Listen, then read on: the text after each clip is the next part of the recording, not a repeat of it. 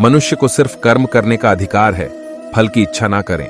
दोस्तों, यहाँ भगवान श्री कृष्ण कहते हैं कि मनुष्य को चाहिए कि फल की इच्छा त्याग कर कर्म को अपना धर्म समझकर करे, क्योंकि जो भी मनुष्य फल प्राप्ति की इच्छा करता है उसका मन फल के बारे में सोचकर अपने कर्म और कर्तव्य से विचलित हो जाता है और उस इंसान को वो फल प्राप्त नहीं होता है जिसकी उसने इच्छा की हुई थी। इसीलिए भगवान श्री कृष्ण कहते हैं कि मनुष्य सिर्फ कर्म कर सकता है, फल कदापि मनुष्य के अधीन नहीं है।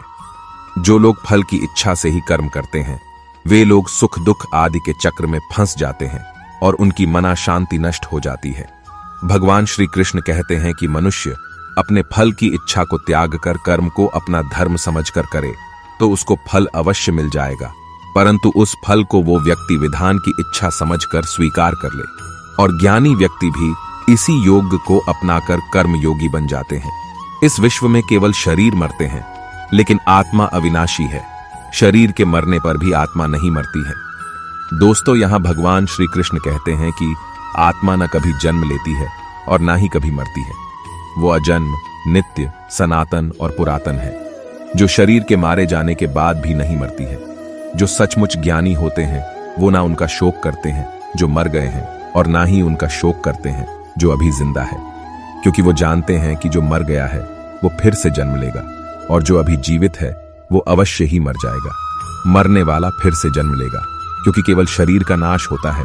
शरीर के अंदर जो आत्मा है वो कभी भी नहीं मरता है, क्योंकि आत्मा को ना कोई शस्त्र काट सकता है और ना ही उसे अग्नि जला सकती है, ना ही जल गला सकता है और ना ही इसे वायु सुखा सकती है। अपने मन को नियंत्रित करो।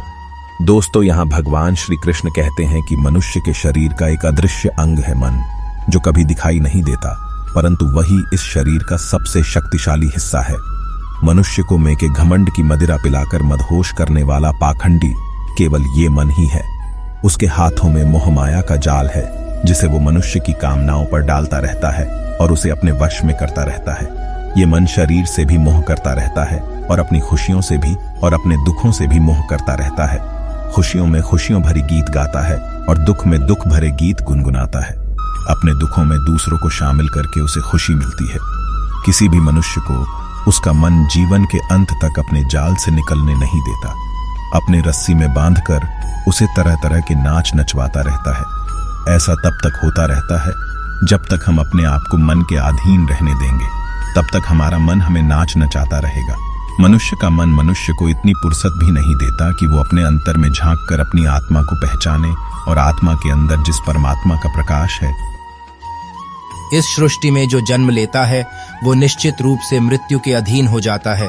दोस्तों, यहाँ भगवान श्री कृष्ण कहते हैं कि इस मृत्यु लोक का हर एक प्राणी, चाहे हो मनुष्य हो या पशु पक्षी हो या फिर पेड़ पौधा हो, हर सांस लेने वाला प्राणी अपने जन्म के साथ मृत्यु को भी लेकर आता है। हर प्राणी को एक ना एक दिन निश्चित क्षण पर मरना अर्थात अपने शरीर को त्यागना ही पड़ता है। दोस्तों, इस वीडियो में सिर्फ इतना ही। मिलते हैं अगले वीडियो में। अपना ख्याल रखिएगा। धन्यवाद। जय श्री कृष्ण।